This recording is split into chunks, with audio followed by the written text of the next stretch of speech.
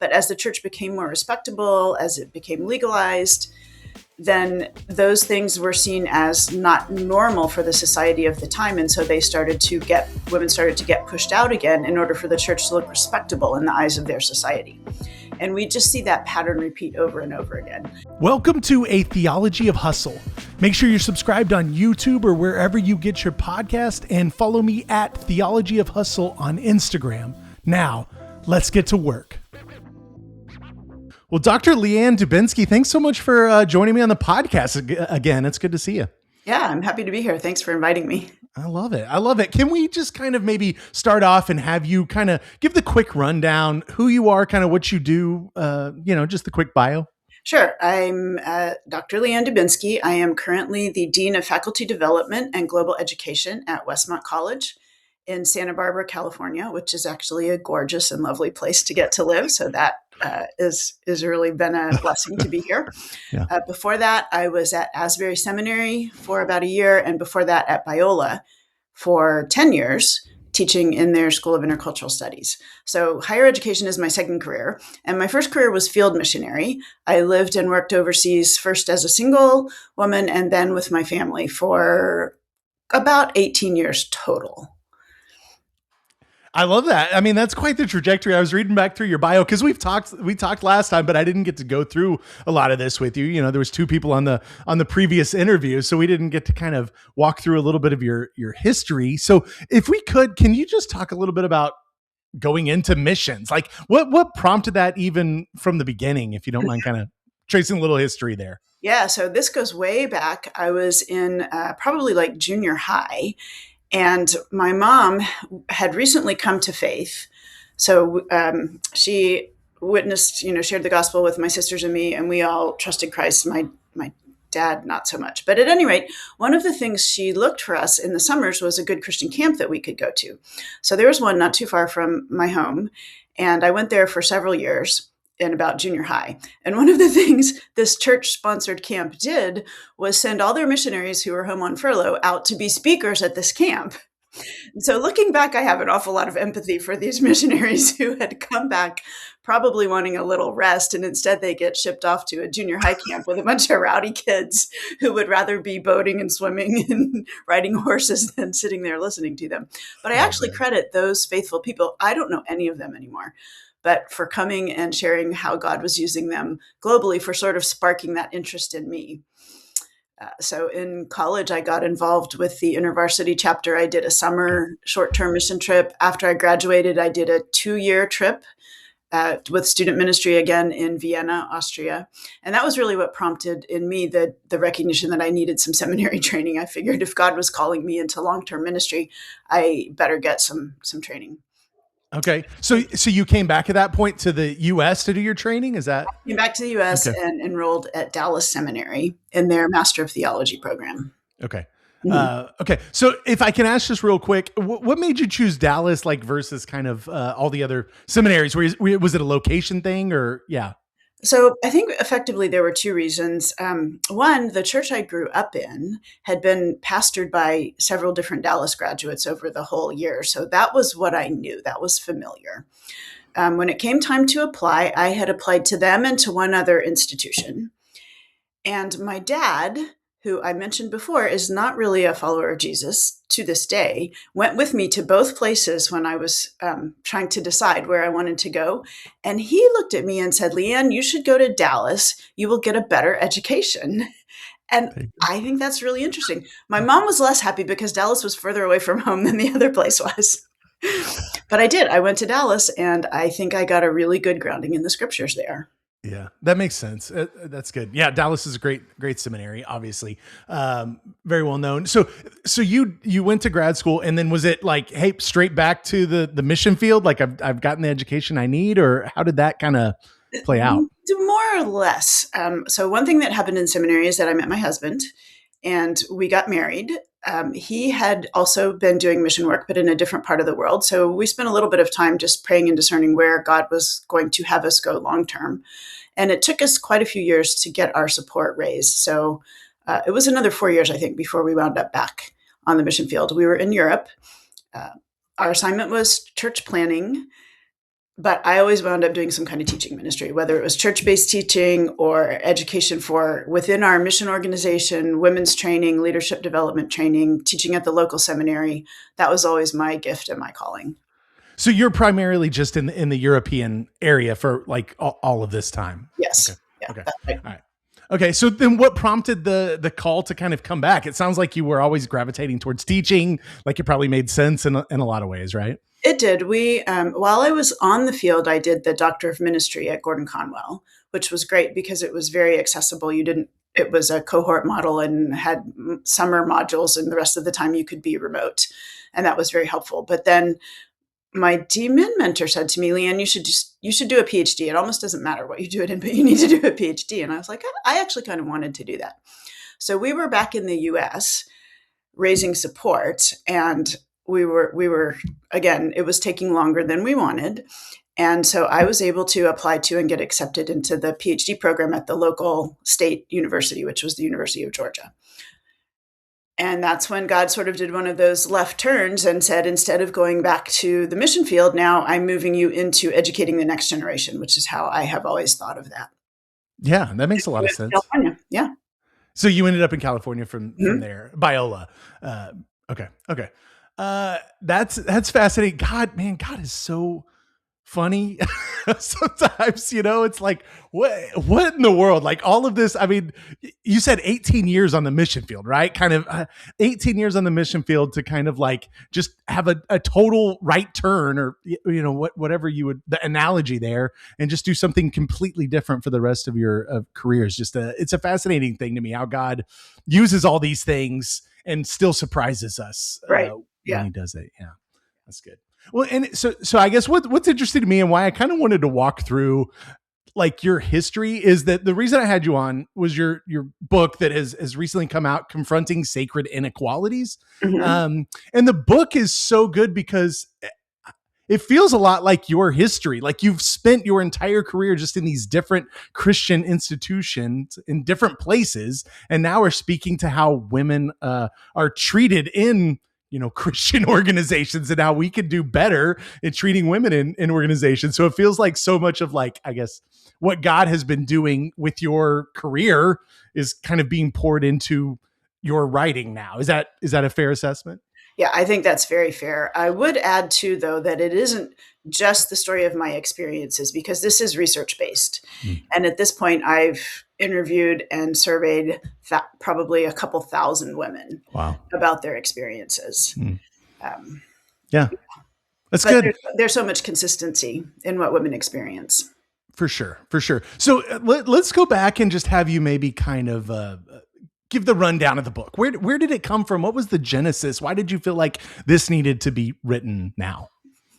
The genesis of it was actually the editor at Baker, Jim Kinney, who came to see me after the publication of the first book that you and I talked about. And he said, Leanne, let's talk about your next book. And he said something along the lines of, this is what I'm dealing with in my organization, and this is the book I need, and I think you could write this book. And he had sort of the big picture idea. And I looked at him and I said, Jim, you're right. I could write that book. I have all the research for it. I have the knowledge base. I have the training. I could write that book. And we literally sat there that day and mapped out what the 5 main topics were going to be as we talked through what he was seeing and what he was trying to do and what I had experienced. Wow. Which actually made writing the book pretty easy because I already knew what the content was going to be. I mean, it really does. And your first book, I'm totally blanking on the title. I've had it. Women in the Mission of the Church. It was the history book. Yeah. Yes. Women in the Mission of the Church. And is this incredible sort of rundown of like this biblical evidence for women, but also just tracing, women throughout church history. So it was like all the, like even that side of the research for the biblical research and the sort of historical research was already done in your previous book. And then, you add on, interviews with women and in these organizations and, voila, book. I mean, it's pretty nice way to go about it there, I guess. So, thanks. Yeah. That's awesome. So he was seeing this need in his organization, and you obviously have been in Christian organizations your entire career. So what is it that you're sort of confronting? I guess I should say. Mm-hmm. So when I took a step back and looked at what I've called sort of these five biggest problems, it seems to me that they are things that practices that have become embedded into our Christian organizations and somehow in many places almost feel sacralized. Like because we can see a connection between these practices and things that happened in scripture, or because it's the way we've always been told things are, they're treated as sacrosanct.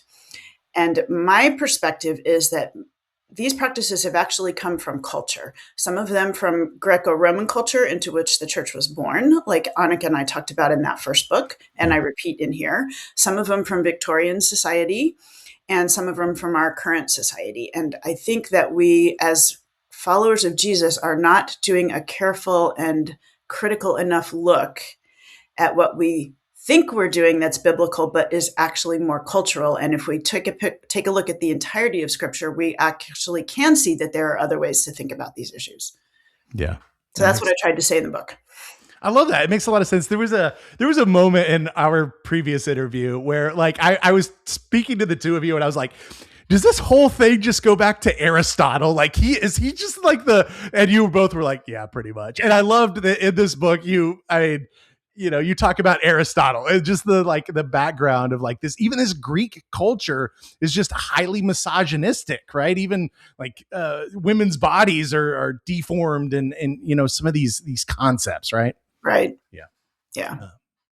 So can we, I mean, I know this book doesn't detail as much of that, right? We can see the other book, but can you delve into just a little bit of that history and kind of how you see how we've gotten to where we are when it comes to women in the workplace? Sure. So one of the challenges I really try to make in this book is what does it mean to be countercultural? Christians think we are and want to be, and many places, and rightly so, right? There are many places where we want to be countercultural, but I don't think it's as easy as we think it is. And I don't think we've done as good a job of it as we think we have. For sure. And so we saw that begin even in the early church, where initially, for example, we detail how women were ordained as widows, as virgins, as deacons, and they had specific jobs and tasks laid out for them. And this was not a problem among the early church fathers. But as the church became more respectable, as it became legalized, then those things were seen as not normal for the society of the time. And so women started to get pushed out again in order for the church to look respectable in the eyes of their society. And we just see that pattern repeat over and over again. And I am far from the first person to call this out. Many historians who've gone before me have pointed out this pattern. And so what I have done is say, yes, and it's still continuing. We saw it happen again in the Victorian era and the Industrial Revolution, and we're seeing it happen again now in our current society. Well, what's interesting too is you talk about how much work has changed in industrialization and that sort of thing. Can you talk a little bit about kind of, I don't know, what work used to be like, or at some point previously, and kind of what work is now, how those things differ from one another? Sure. So actually, I was in Greece just 2 weeks ago, and I got to visit the Archaeological Museum in Thessaloniki. And one of the fascinating things that they have is this portrait of what the ancient household looked like. And so at the back, you have the living quarters for the family. You have living quarters perhaps for the servants or the slaves, if they had slaves, depending on how well off they were. But this would be the merchant class, so they didn't really have slaves. Then you had the kitchen area, and you had the area for the animals. And then in the front, you had whatever the family business was, like the store, the shop, whatever they were making and selling. Right. And so home was the place of work. They didn't have the separation that we have now, where you leave your house and you go to work and do your job and then you come home. Okay, maybe you're working from home right now post-COVID, but effectively we still think of these as two separate things. But for them, the family was the unit of production. The family was how a living was made. And so children grew up, whether it was the farm or the wool making or the dye, children grew up learning this alongside their parents. And we don't think in those terms anymore. And when we read the New Testament, we read it through our current lens of this separation, which came about in the Industrial Revolution. And we miss, for example, that when Paul is telling women to be busy working at home, he means work in the family business. He's not meaning necessarily sweep the floors and don't leave the house to go for a paid job, because that concept didn't even exist for them. Yeah. Yeah. There's a lot to that. I love how you talk about sort of being countercultural and our desire to be countercultural. I mean, that's the cross, right? The cross is fundamentally countercultural, right?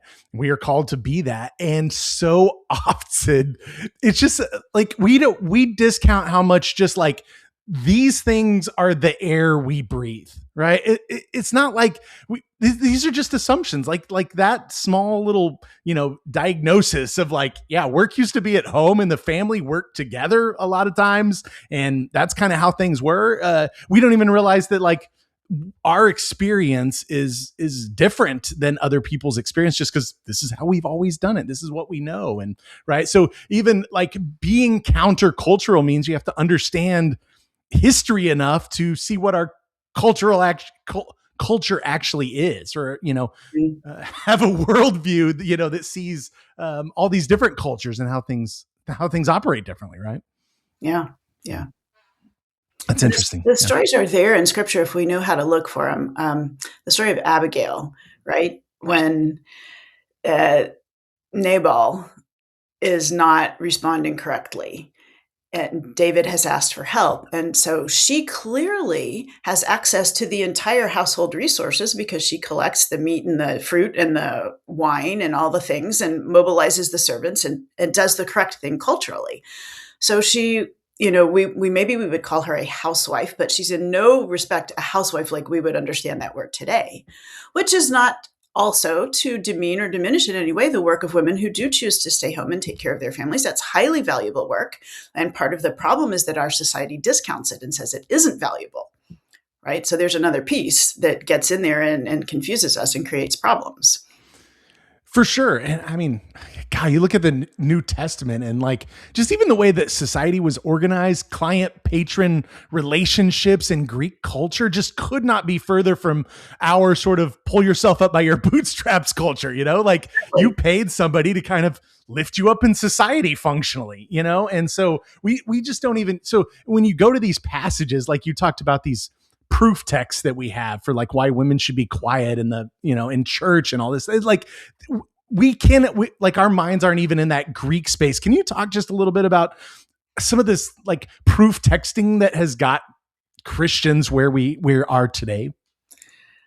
Oh boy. Yeah. Sorry, that's a big question. That's a big question. I can address it a little bit, Yeah, but there sure. are other scholars who are better than me on why that's problematic. Sure. But I think it's so easy for us where we sit currently to read something that feels straightforward and simple and easy without recognizing the complicated, perhaps translation issues behind it, or the complicated vocabulary issues behind it, and then, of course, the layer of culture that's behind it. And so we read it superficially and pick it up and plop it down on our culture and say, okay, it means the same thing, when really we're not meaning the same thing at all. So, yeah. Yeah, that transposing another culture onto ours, like, hey, it says these words, that's what it must mean. You're like, yeah, you wouldn't do that with any other text, though. You know what I mean? I feel like good biblical interpretation means like trying to figure out what the author's actually trying to say, And so skipping a really important step can get us into a lot of trouble there. So what are these inequalities that you're confronting throughout the book? Can you kind of unpack maybe all of them for us and kind of talk about what you're seeing as these inequalities in the workplace, Christian workplace? Right. So that's actually interesting. Let me address the Christian workplace bit a little bit. So all of the 5 problems that I've addressed here are also common in secular workplaces. Right.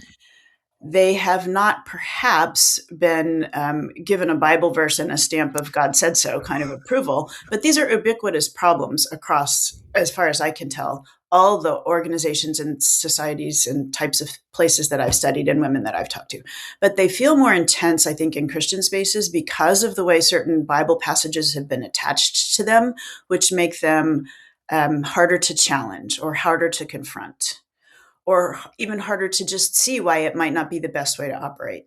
Does that make sense? That does make sense. And I actually meant to ask you that question, I guess, why the book was focused on Christian organizations as opposed to like organizational leadership, I guess, in general. Yeah. Yeah, because I have another book that did that.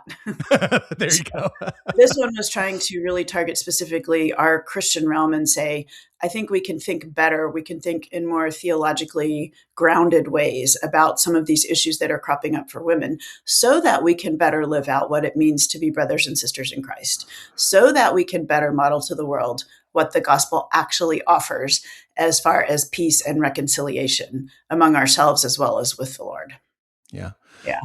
If I can I maybe just ask you one kind of follow-up question there that I've been curious about myself sort of recently? Because I mean, your expertise is in leadership, correct? Like with your PhD and your DMin, are they both in leadership? The DMin was in ministries to women, which of course includes a leadership component, but isn't purely that. Yeah. Yeah. Okay. Well, I just, man, I guess I've been in Christian vocation for my entire career. So I 15 years now as a pastor, basically, right? On the church side of things. I have not spent nearly any time on the sort of the nonprofit side of, I guess, Christian ministries and such. And I guess something I'm kind of wrestling through, I guess, is that there are so many like Christian leadership things, conferences. There's so many leadership trainings, and the sort of organizational leadership thing is really prevalent in churches, which I think is probably a really good thing. But our churches, like, does that always translate to what you see in sort of like Christian organizations? I mean, or is our leadership, I don't know. I struggle because sometimes it feels like church leadership like is worse, or that like people talk more about leadership, but then don't actually lead a lot of times. Like, would you say that like businesses and church organizations are pretty comparable in leadership styles, or would you say that there's a vast difference between the two? I guess is what I'm trying to ask. Oh, wow. That's a huge question. And there's probably not one right answer. I think it is going to depend a lot on which church we compare to which business. Sure. That makes sense. And I have taught a number of leadership classes. And one of the things I do want my students to do is to read the secular leadership theories as well as the Christian books, because I think we can learn a lot by reading this deep research that has been done for the last 100 years or so, that is describing these are the different ways people lead, and these are the strengths of this style, and these are the weaknesses of this style. And as Christians, and knowing that we all have different gifts, I don't think there's one right way to be a Christian leader. I think there are many ways that are God-honoring and helpful for the people in our realm. And so the more sort of concepts we have to draw from, the better we can use what's best in any given situation. Does that make sense? That makes perfect sense. Yeah. And that's what I would really want our Christian leaders to be able to do, rather than saying, follow so-and-so's model, it's always going to be the right one. Well, maybe not, right? Good for this setting. It worked for them in that particular time and place, but maybe for what you're dealing with, this other model over here might be more helpful. Yeah, that makes sense. I wonder how much just like a lot of times good leadership, yes, there are like all sorts of, techniques, right, to good leadership. Mm-hmm. At the same time, like a lot of it's just like being likable as a person in some ways, or just, like really caring about people at the end of the day is good leadership in some ways, right? There's lots of techniques you can have, but just caring about people. And it feels like, I guess here's the rub that I struggle with, I guess. It feels like Christians should be better at that, right? Because we have scripture that like we have an underpinning to all that. And it feels like sometimes we're worse at that in general. And I know that, it's not the same across the board and all that, I guess, but that's a little frustration that I maybe am struggling with a little bit. Yeah. I think at the end of the day, leadership fundamentally has two responsibilities. And one is that we're trying to get something done, whether it's to build the church, increase the discipleship, reach the community around us, send missionaries to other places. We have certain things that we think matter and we want to see them happen. And also the second part of leadership is to take care of the people like you're talking about. Right. And I completely agree with you. We as Christians should be better at this. Okay. There you go. I appreciate that. Yeah. Okay. Sorry. Thank you for indulging me there. I I think about these things a lot, and it's fun to have somebody who has spent so much time in this, like to bounce ideas off of and kind of think through some of these things. So Mm-hmm. yeah. So okay, let's get into the specifics of kind of confronting things. So you start the book with the Billy Graham rule, correct? Yes. Can we delve into some Billy Graham rule here? Sure. So, one of the things I think I've learned, is that giving more interesting titles kind of gets people's attention and helps um, draw you into what I'm talking about. So I tried to give somewhat provocative titles to the chapters here. So this first one is called "Sex in the Office," Yeah. right? And it unpacks the idea that actually came from a secular researcher, that in the workspace there is often what she labeled a glass partition that keeps men and women separate. So, and she's researching secular workplaces and says this is a problem because it limits women's access to everything from mentoring to organizational resources. And the motive behind it is always this: not being misunderstood, not getting accused of harassment. And so for Christians, this is a very familiar concept. We call it the Billy Graham rule. He actually had 5, but for some reason, effectively, the only one we really have kept in our present consciousness is this one about men staying separated from women. But there were 4 others that are also pretty good, and maybe we should take a look at them as well. Yeah. So in Christian circles, my colleagues and I did some research on this, and we labeled it the stained glass partition. So obviously stained glass for the religion. It was a good day. I appreciated that. But it's this idea that the best way to preserve our moral purity is just not to interact with each other.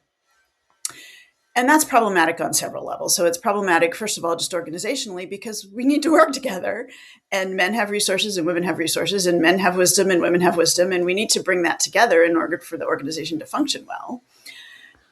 But secondly, men typically have more of all of those things. So if women are excluded just by definition from access to mentoring, let's say from male leaders, or to sponsorship, or to just learning from the wisdom of their male colleagues, then they're hampered in their ability to do their jobs. And then when we think about it on a scriptural level, I don't see that that is honoring to God either. Let me say this, to have a blanket rule. I'm not saying don't be wise in different circumstances. I'm contesting this idea of a blanket rule that will always fix everything, because all of us know a blanket rule is not going to change our heart, right? So there may well be circumstances where someone, for whatever reason, needs to have a little bit more of a firm boundary. And there are people who are perfectly able of having lunch together with a colleague of the opposite sex, and it's not going to be a problem. Right. And so I want us to be more thoughtful, and I want us to examine the scriptural passages that talk about us as brothers and sisters in Christ, so that we de-escalate this sexual motif that is coming at us constantly from our culture, from Hollywood, from advertising, from you name it, it's there, right? From our pop culture. And I want us to reframe our thinking so that when I'm talking to you, I'm thinking of you as my brother in Christ, not a potential sexual partner, right? And if we could just make that mental shift at work, I think it would go a long way towards helping us relate to each other better. Yeah, it seems like a reasonable request. I guess the thing about the Billy Graham rule, right? I went to Wheaton College, right? Which is like the bastion of Billy Graham, right? The Billy Graham Center and all this. And I guess on its face, it makes a lot of sense, right? If you don't kind of think about it too long, right? So it's like, hey, he's trying to stay pure, didn't want to ruin the ministry by making a mistake. And then you start to think about how that affects the women, right? I'm thinking of this as a man. Start thinking about how this affects women. It's like the women are constantly kept out of those places of power because most of the power is held by men in these organizations, right? So elder board, I'm trying to think of places, any of these places that are male dominated. If your thought is like women can't have access to that because we can't be in the same place alone, then women never get access to those places where a lot of these decisions are made, these places of power, right? Yeah. Right.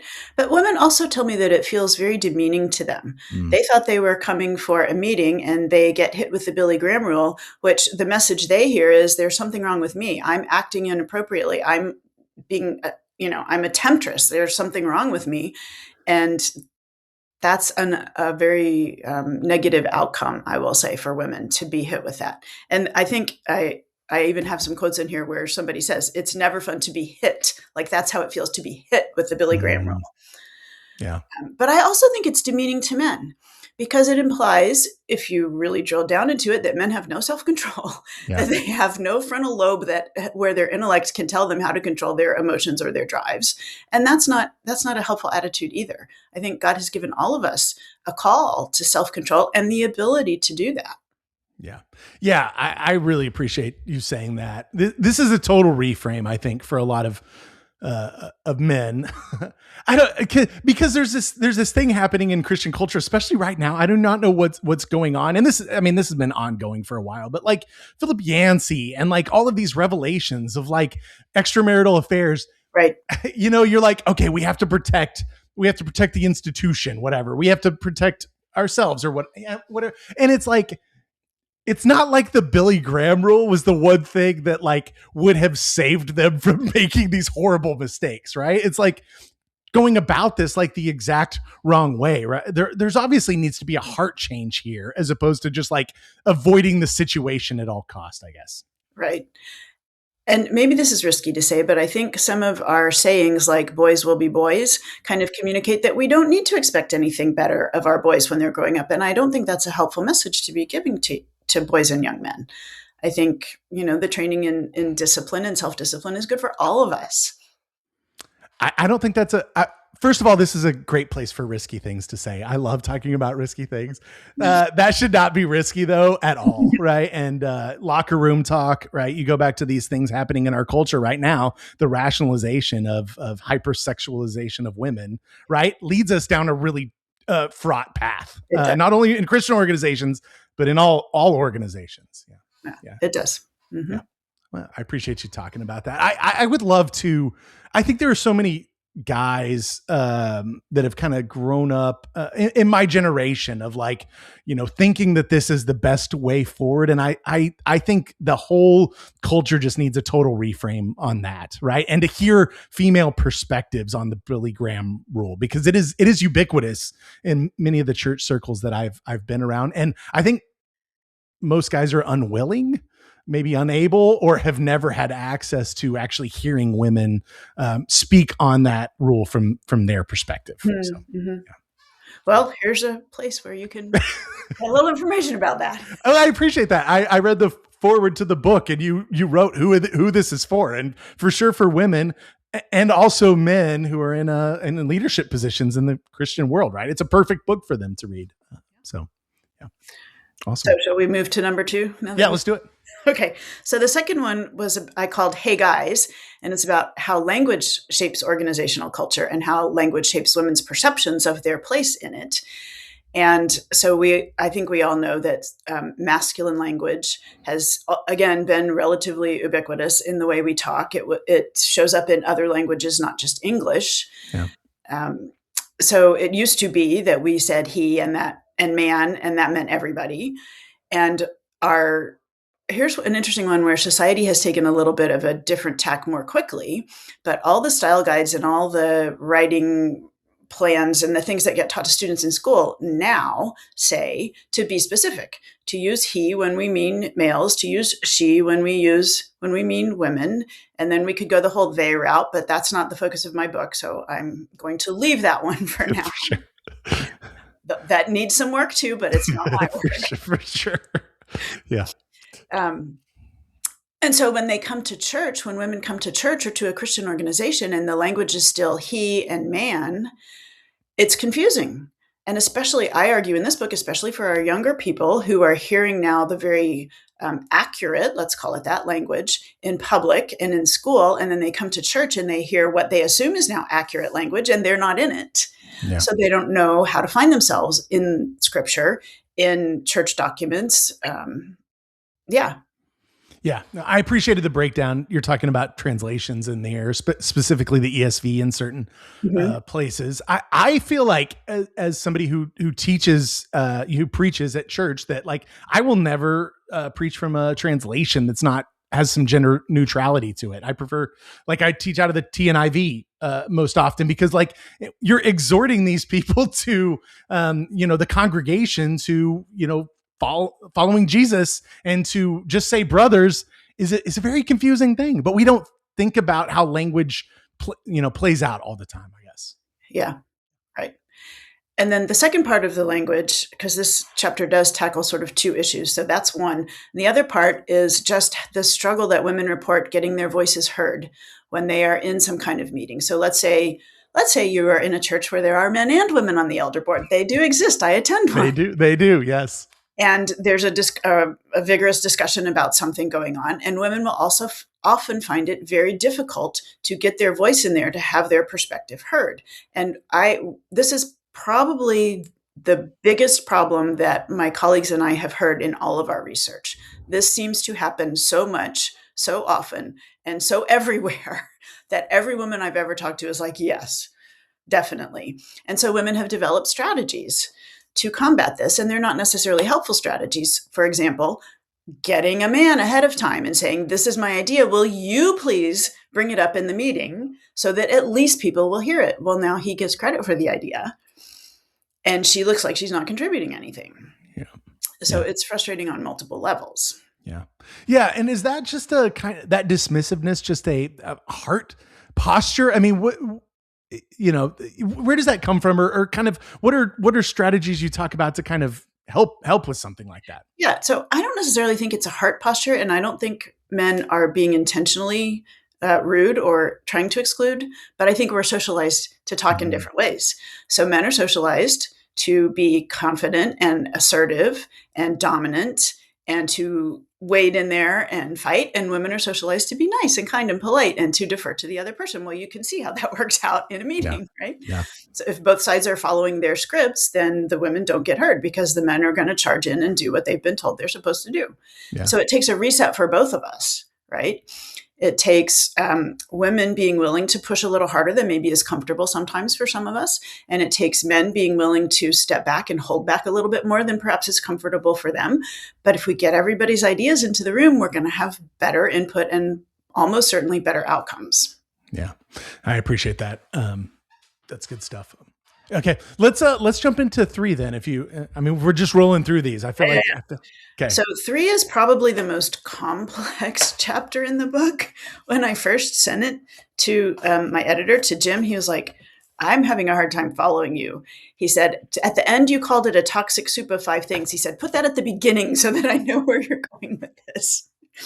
But in this chapter, I really tried to unpack what I called, so the provocative title is I Can't, I Have to Work, which is something that I think all of us routinely hear from partners, from colleagues, from coworkers, from friends. We invite them to do something and the response, I can't, I have to work. So work culture in our society we're not the worst. Like Japan has often had the reputation of the most work hours and strongest demands on their people, but the US is not much better.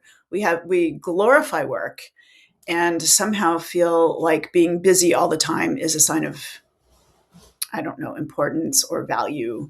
And we tie our value very much to our work. Yes. And this produces difficulties for anybody with caretaking expectations, which has been talked about a lot, right? The work-life balance conflict that is usually credited to women, but is also for men if they want to do anything outside of work. But really what I've unpacked here are 5 different things, and even I have to look them up and tell you the title. So the first is the concept of the ideal worker that was piloted by Joan Acker. She basically argued that our workplaces expect the person to be available 24/7, to constantly be on call. She calls it a man and assumes that this male worker who's always available has a female spouse who can take care of all personal things. And that concept still very much permeates our workplaces, even with the influx of many women into the workplace. The second part is greedy institutions. This was a really interesting concept that I came across that I feel like really particularly defines our Christian institutions. And it's the expectation of total loyalty. So if you work for a church, if you work for a mission agency, if you work for any other kind of Christian nonprofit, there is a very strong expectation of loyalty, that you are there, that your primary energy and effort goes to this group, and that anything else that competes with it needs to come second. And that can include your family, which also I think is not really reflective of what God intended for us. Yes. Yeah. And the day of rest and the time with family and the being home after sundown concept from Judaism, that just seems to get lost in this greedy institution concept. Yeah. Yeah. I loved how you talk about Sabbath in that area. I mean, this is one of those things I think for sure is just, again, we go back to culture. Like this is one of those, the air we breathe sort of thing. We glorify busyness and like, oh, I'm so busy. I can't, and it's just like, this is nowhere in scripture. Actually, God is against this in scripture, over and over again. This is assumption of the Sabbath. God rested on the seventh day. I mean, I don't know how much more clear that could be there. So Yeah. And yet we hear Christian ministry leaders say things like, the urgency of the task is so great, you can rest when you're dead. I mean, really terrible things, 100%. right? Yeah. But put this kind of pressure on workers in their organization and create this toxic expectation of burn yourself out. And I have even heard Christian leaders say that, I'm just going to burn out, or I can burn them out because I can always get new recruits. Yeah. Terrible. And again, somewhere that we as Christians should be better than the culture at this. And we're worse in some ways because you're called into this work. So like, you don't even have to pay them that much. You could just say people are called and then work them to death. Right. So, yeah. And in the secular, it's often the money that's the motivation, right? Mm-hmm. The lawyers who will work 90-hour weeks or whichever field you want to pick on, right? So Christians just took that idea and said, well, the ministry is that important. We should be willing to do it for the sake of the kingdom. And I'm not saying don't work hard, of course, but I am saying we are built to need rest. Yeah.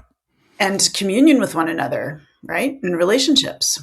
Very much so. Yeah. Very much so. Good stuff. Okay. Where are we? The separate spheres idea. Now, this is one that we did get from straight out of Victorian culture. And this was as things were industrializing, the top, I think it was 5% of the society could afford to have the man leave the home and go to work and the woman stay home with the children.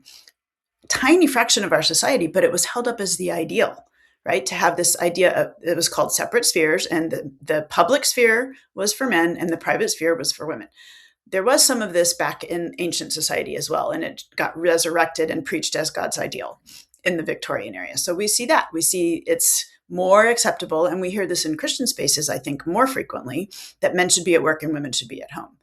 Here's where you circle back to what did home mean for the New Testament writers? Yeah. Right. But you can see how that concept reinforces the ideal worker, where we have the man who goes off and can work anytime he wants, and there's somebody else taking care of the private sphere to keep track of the family. Yeah. And what I see happens a lot of times, my wife's a therapist, so we end up talking about a lot of this stuff and what she sees in her work, and that women, because our society demands kind of two workers now, right? In order to kind of be enough that women end up in the workplace and taking care of the household at the same time, taking on all the mental load of like the household and working just like the man does. But because of this separate spheres concept, right? Men feel entitled to only have to work and then not have to, a lot of times, deal with the home things, present company excluded here. And I think many men are doing some things at home. Yeah. I think the difference is for the women, socially and societally, it's an obligation. Right. For the men, it's a choice. And when they do it, they get a lot of praise, which is fantastic. I want more men more engaged with our families. We know how important that is. Yep. But there's a different mentality. Is it a choice I get to make, or is it an obligation that I must fulfill? Yeah. That's a really good point. I love that. Yeah. And then the last one is what researchers have called the two-person career structure. So we see this a lot in Christian organizations as well. Churches where there's the pastor and the pastor's wife, there's the missionary and the missionary's wife, and it's called one job, but it needs two people to do it. And this, interestingly, was also identified in the secular world before it was noticed and named in the Christian world. Interesting. Okay. So look at, for example, the president of the country, or an ambassador who needs to go somewhere, but the family comes along and the wife helps with hospitality and various things like that, but isn't actually employed or part of the job. So if you throw that into the mix, now we've got the man has a job, and the assumption is often that he has a spouse who can help him. Yeah. And now, so she's got her job, she's got his job, and she's got the household. So that's why I called it the toxic soup. It's just overwhelming. and leads women often to just throw up their hands and say, I can't do this. This is impossible. And actually, I think they're right. It is impossible. It's not humanly possible to do all of that Yeah. in the way our society tells us we should. I 100%. I appreciate that. That's good stuff. I appreciate you delving into all that. The book really does unpack just so much stuff in such a short period of time. I was just I was amazed at how much I got out of a relatively short book and a really easy read, and I think one that all organizations should be reading to make sure that everybody can flourish, right, in their work. Yeah. What is kind of maybe like one or two pieces of advice that you would give to just somebody running an organization, in leadership of an organization? Like, what are some practical steps maybe that somebody could take like now in order to get better at this? Yeah. If I were going to say probably just one thing to the male leaders, I would say, sit down and listen to your women and take them seriously. Don't immediately be dismissive or say, oh, that can't be right. Or, there's lots of things, defensive-ish mechanisms that come up when we hear things that we don't really like. And it takes some humility to sit down and to listen and to be able to absorb it. And maybe you'll get some grief that is a reaction, and that's okay.